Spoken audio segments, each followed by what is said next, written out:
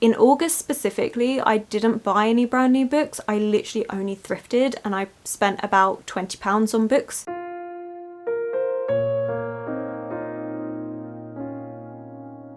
Hello my loves, and thank you for joining me. It's Kirsten and we have a wee bit of a book haul to do. However, I will be splitting this into two parts because, yeah, there's a lot. There's a lot. So this first part is going to be all of the thrifted books, and then the second part is going to be all the brand new books that have been gifted to me or that I have bought, etc. So let's just get straight to these books because there's a lot. Okay, so thrifted. We have Robert Louis Stevenson's Treasure Island. I just fell in love with this cover. I've never read Treasure Island, never really had an interest in reading it. However, this cover is just stunning. I fell in love with it. So I had to have it, and it was £1. Like, it was great. I also found Animal Farm by George Orwell, and again, I really liked this cover of it, and it's such a short little book. I didn't realise, and again, I've never read this one. I know this is one that a lot of people do at school, but I never did. So once again, intrigued. Oh, I didn't say what Treasure Island was about because I have no idea. I have genuinely no idea. Does it have anything on the back? Oh, okay, so a wretched old sailor known as Billy Bones arrives at the inn of young Jim Hawkins' parents, and it's the start of an adventure beyond anything he could have imagined. Pirate gold, sailing, treachery, castaways, murder. Okay, alright. Yeah, I've never read it, never seen any adaptations of it, just never had a clue. But I do like Robert Louis Stevenson's Dr. Jekyll and Mr. Hyde, so I already know how I like his writing. George Orwell's Animal Farm, I don't really know too much. I know that this was a very political work that came about, and I think it just focuses on, yeah, the ideals of the rebellion are corrupted then forgotten, the history of a revolution that went wrong. I am looking forward to reading that one, I think, because it's so short, that's going to be a good one. And then another one that I don't really know much about, and that's Thomas Hardy Stories and Poems, and this one is a collection of short stories and his poetry, but I did read Tess of the D'Urbervilles by Thomas Hardy and absolutely loved it, so I just want to get more of his works. Again, I saw this was £1. I loved the cover of this, and poetry is something that I want to try and get into a bit more, so I'm hoping maybe like a classic author that I've already read from I will like. We'll see. Then I have a more recent purchase, and that's Anne Radcliffe's The Mysteries of Udolpho. If you've been on my channel for a while, you know that I've been wanting to read this one ever since I read Northanger Abbey by Jane Austen and realised that that is basically a humorous take on this. Like, there's so many parallels, correlations, it's mentioned so much throughout Northanger Abbey, so of course I wanted to read it. I am intimidated because it's such a huge book, but finding this secondhand in the Oxford World Classic edition that I wanted was such an amazing steal, so I could not leave this behind. I don't know too much about it. I know that I think this is set in Italy, or part of it's set in Italy. So we're following Emily, who is orphaned, and she finds herself imprisoned in this gloomy medieval fortress. And we're following her as Emily struggles against Montoni's rapacious schemes and the threat of her own psychological disintegration. I am genuinely very intrigued. This is Gothic horror. I cannot wait for it. I am also very intimidated through the size. Like, I would love to say I'm going to read this in October, but I have so many books I want to read in October, but maybe like November, December, definitely in winter time I think is going to be the time to read this one. But yeah, let me know if you've read this one. I am intimidated. Then I found Kurt Vonnegut's Slaughterhouse 5 in like a free little library, so I was very excited. Again, this is another one that I've never read, yet loads of people do talk about how good it is. It's again very small.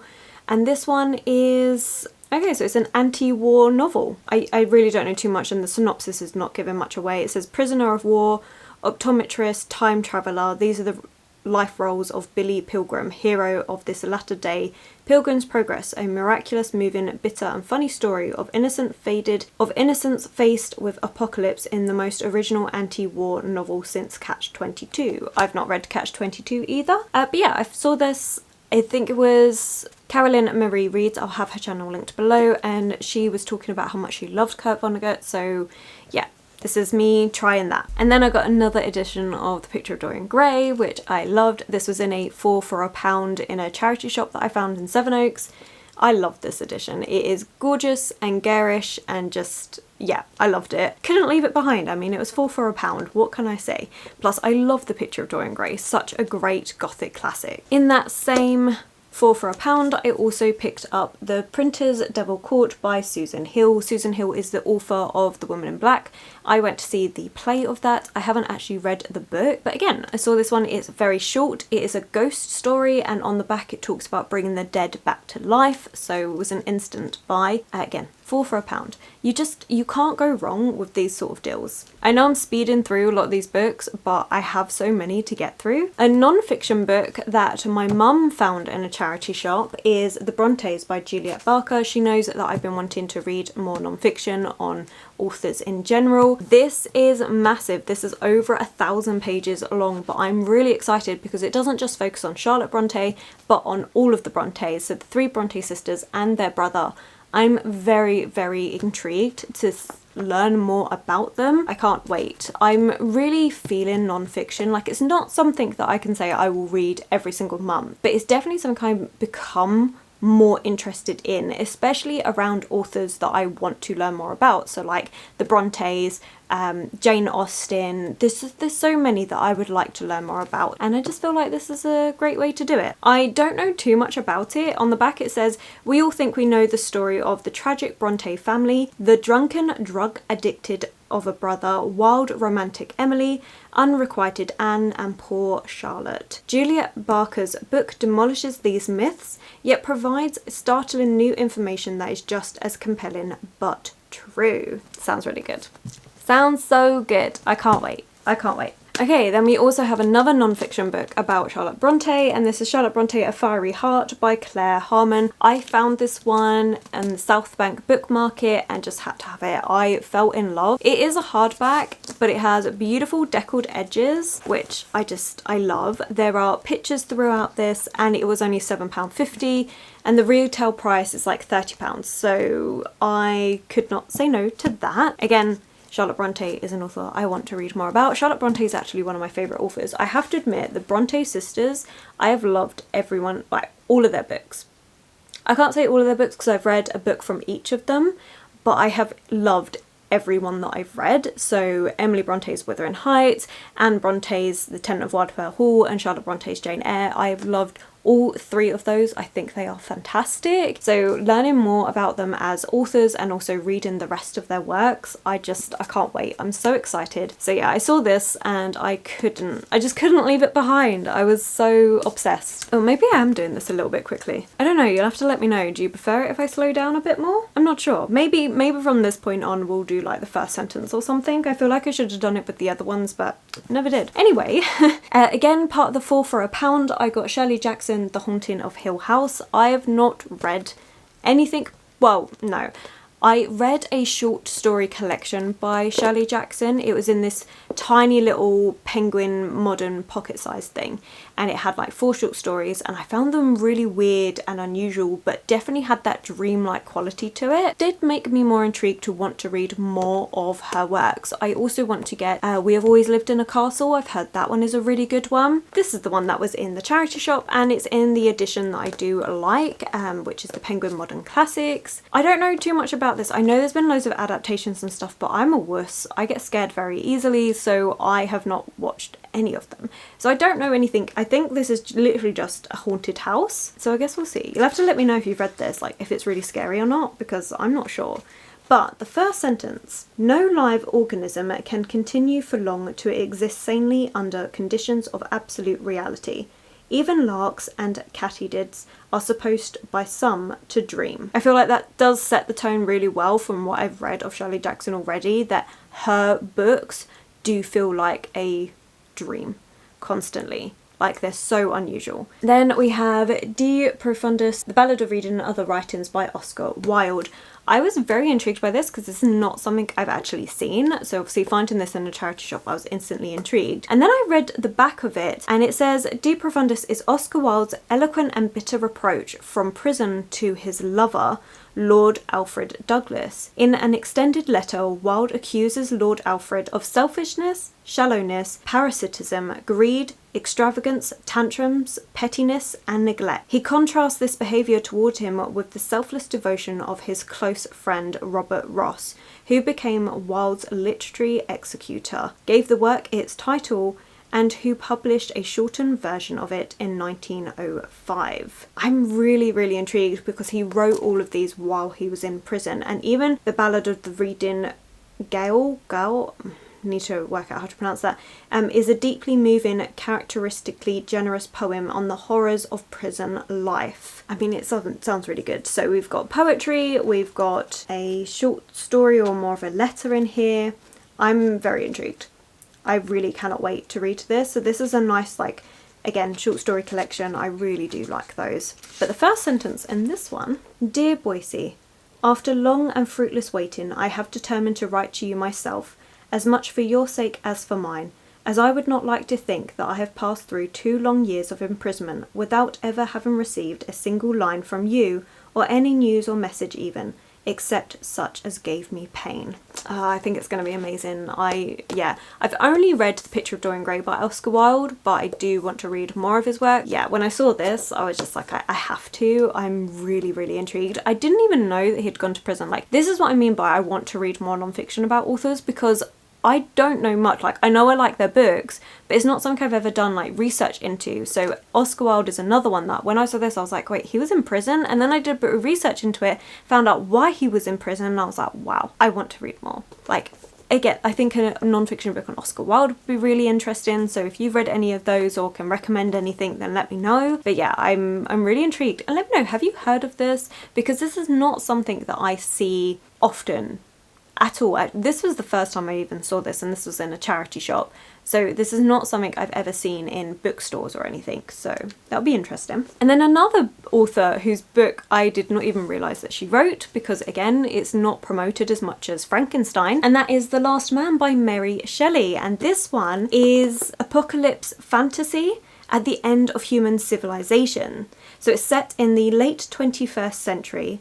The novel unfolds a sombre and pessimistic vision of mankind confronting inevitable destruction. It is focused on a plague, which is really creepy when you think about what happened with, like, everything. I think it's going to be hard, but I also think it's going to be really interesting. And again, this is not a book I've ever seen. Like, obviously we know Mary Shelley from Frankenstein, and I've read like a short story of hers, which was Matilda, but I've not read or heard that she's done other books. So I'm like, excuse me, I'm clearly missing something here. So had to pick this one up, and I think that, again, there's more books that she's actually done. I'm very intrigued. So like, I've been finding this year so many books by authors that I didn't realise they did, because we focus so much on the ones that they're best known for. And so their lesser known books just go under the radar, but they're such good authors. Very excited. I am the native of a sea surrounded nook, a cloud enshadowed land, which, when the surface of the globe, with its shoreless ocean and trackless continents, presents itself to my mind, appears only as an inconsiderable speck in the immense whole, and yet, when balanced in the scale of mental power, far outweighed countries of larger extent and more numerous population. Just the writing is just so good. It's so good. Okay, last few. So we have Lord of the Rings by J.R.R. Tolkien. This is a book that I said in my 30 books I want to read before I'm 30 video. I've been scared and intimidated, and I keep putting it off. I did try and read The Hobbit by J.R.R. Tolkien.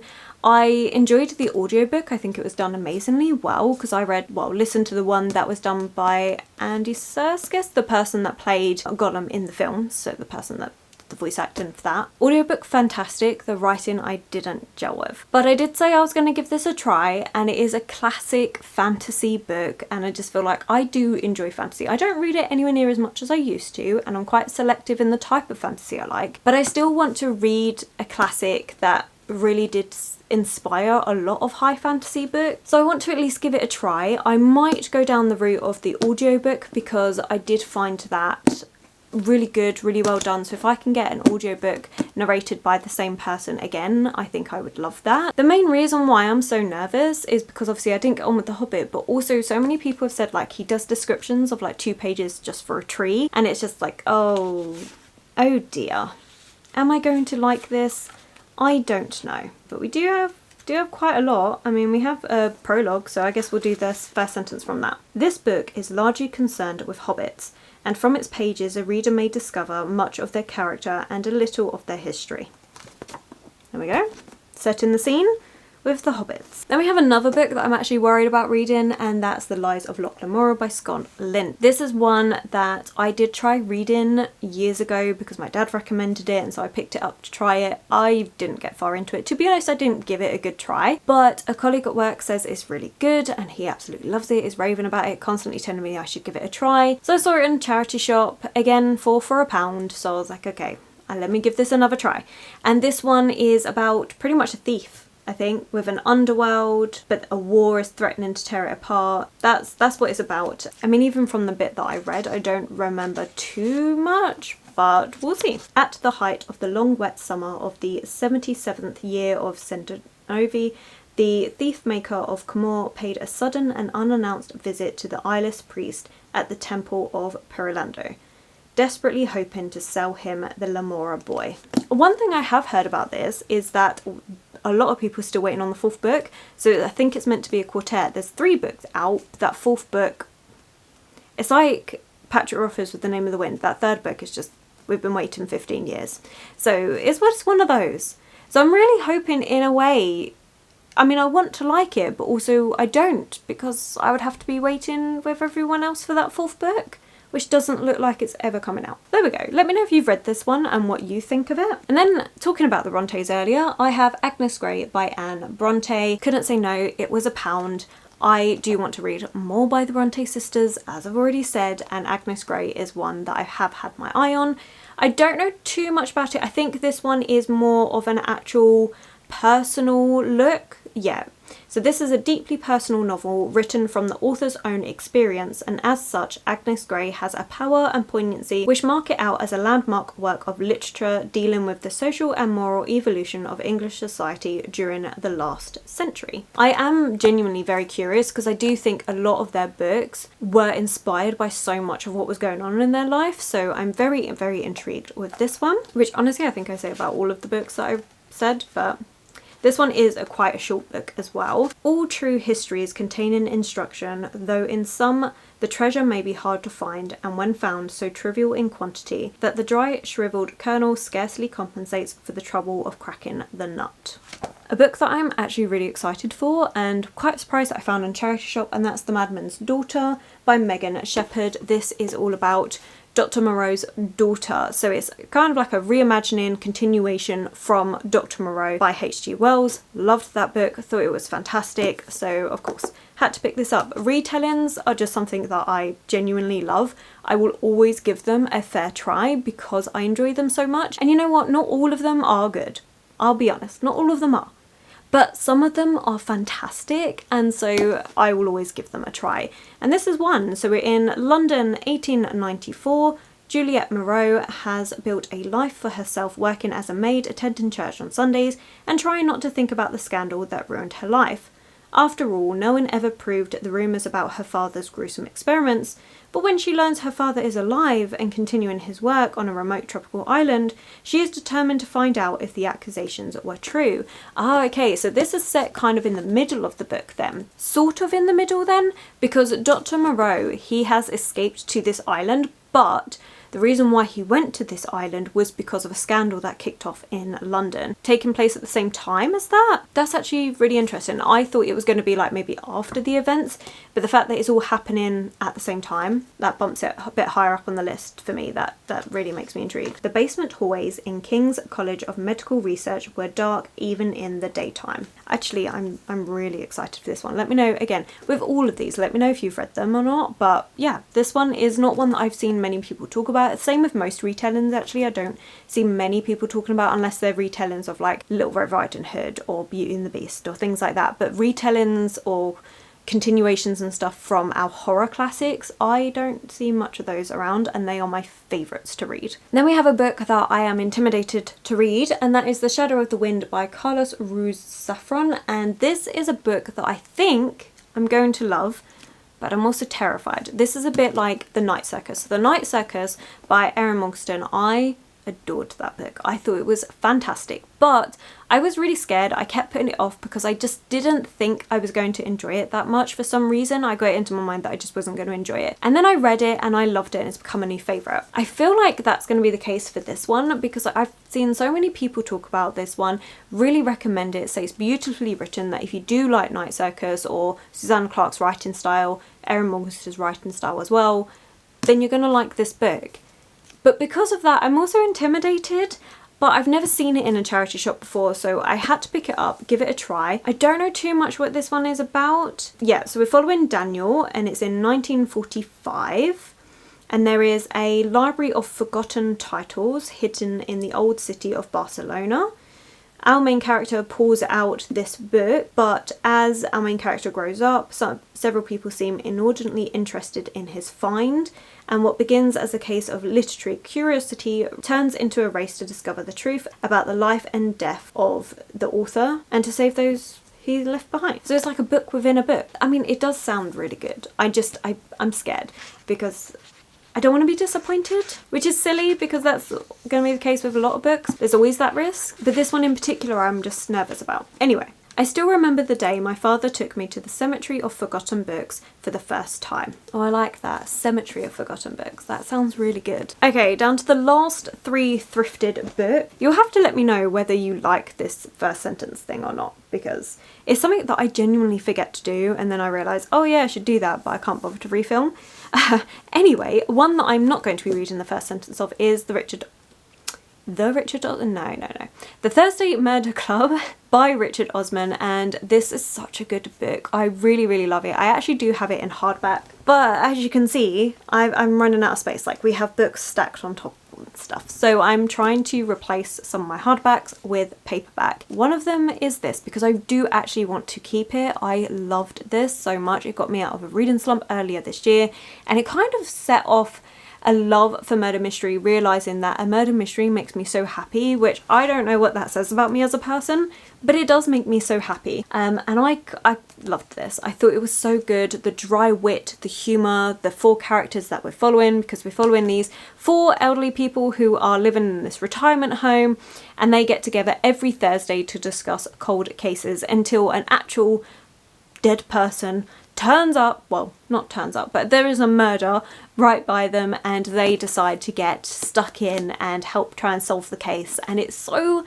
funny but so good, and I loved it. So yeah, I'm going to be getting the second one in paperback as well. The third one I'm probably going to buy in hardback and then try and thrift a paperback copy eventually when that comes out, because I need the space. I need the space, and I really enjoy these books, so I didn't want to unhaul the hardbacks without already having the paperbacks, because these are ones that I know I'm going to reread because I just find them so comforting and fun. Last 2. Okay, so we have F. Scott Fitzgerald's Tender is the Night. I don't know what this one is about, but I read The Great Gatsby while I was at school. Really, I want to say I really liked it, but it's one of those ones where I liked it, but I want to reread it to see how much I actually liked it. But I do want to read more of F. Scott Fitzgerald's work. I also want to read the book that his wife published, which is Zelda Fitzgerald, which is again a book that you just don't see that often.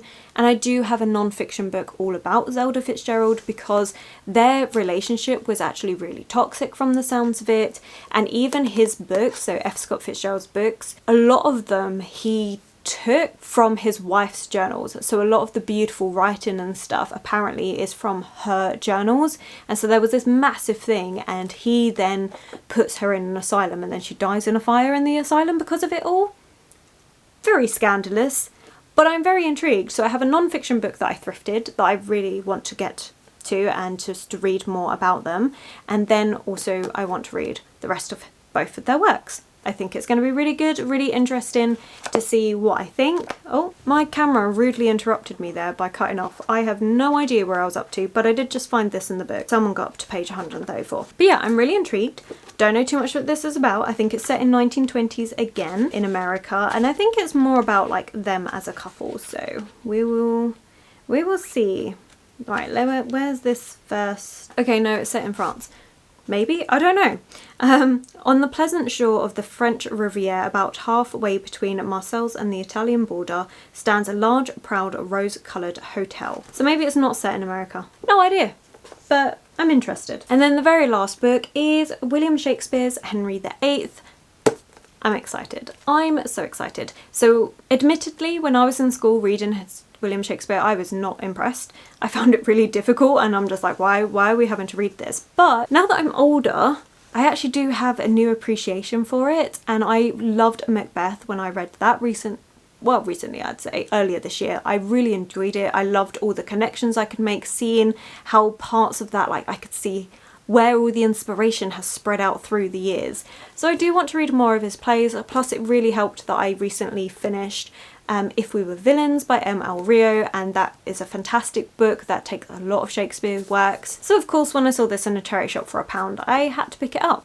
This one I don't actually know too much what it's about, apart from the fact that it is obviously about Henry VIII, which again really excites me because the Tudor time period is something that I'm really intrigued about, specifically Henry VIII, the court, his wives, everything that goes on about that. So yeah, really excited for this one. Yeah, but it says conspiracies and intrigue are rife in the court of Henry VIII, with Cardinal Wolsey at the heart of the machinations. And when the king falls in love with Anne Boleyn and decides to divorce his wife, he causes an irrevocable rift with the Roman Catholic Church. After the king's secret marriage to Anne, courtiers fall in and out of favour, Thomas Cresswell rises to power, and deaths abound. So basically he's done a play about what actually happened in history, and I love it. So yeah, I can't wait. So okay, this is going to be a bit harder because this is actually a play. There's loads of introduction though, and about the play performance and further reading. Oh my gosh, there's actually loads. I forget how much in these Penguin Black Spline editions, how much extra text you get, but look at that. Oh no, someone's ripped out a page. A couple pages. Well, that's pretty crap. Hopefully it's fine. I think the rest of it's fine. I guess we'll see. But it says, the prologue, I come no more to make you laugh. That's what it says, that's the first line.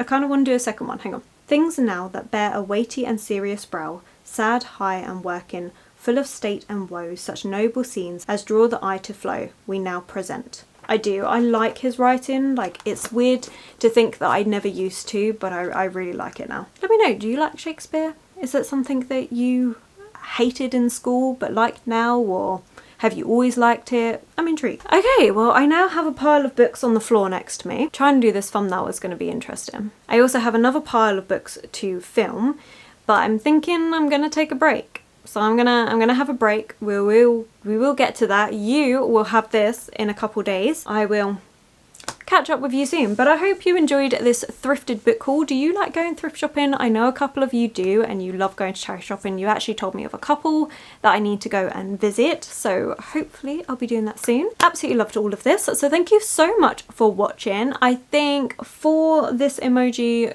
you know what, this one can be the book stack because there are so many thrifted books.